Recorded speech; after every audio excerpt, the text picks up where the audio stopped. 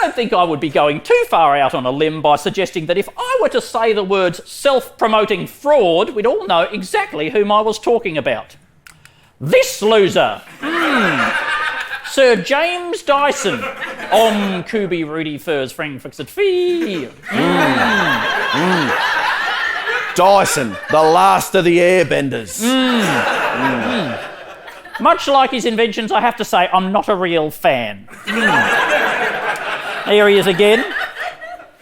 Couldn't invent a chair though, could you dickhead? Anyway. Of course, Dyson is most famous for his invention of the vacuum cleaner. Yes, but the vacuum cleaner is the greatest fraud ever perpetrated in the history of engineering, is it not? Because it contains no actual vacuum, does it? No. In fact, all it's doing is using differential air pressure to create wind. Yes. Of course, but those in power don't want to hear this, do they? As I discovered recently at the returns counter at Godfrey's. Apparently, that is also not the basis for a refund. But correcting this travesty was a passion of my former mentor. He was obsessed with finding a way to remove grit from the floor without resorting to deception like that charlatan Dyson. Having observed cats, he thought that the tongue held the key, and if the tongue could be isolated and attached to a stick, then you could lick your house clean. With a lick stick.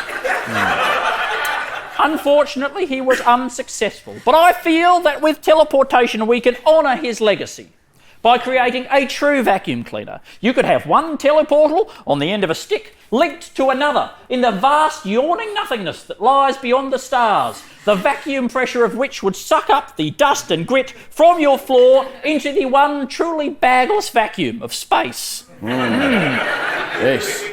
Of course, you wouldn't want to accidentally suck up your wedding ring. Or friendship bracelet, Martin. Well, that's true, yes. And of course, then there's all the risks associated with slowly siphoning off the Earth's atmosphere into the unspeakable void. Sure. But the clean you would get would be unbelievable. Yes. So, it's just a question of what you value more. Things that are not as good or things that are better than them.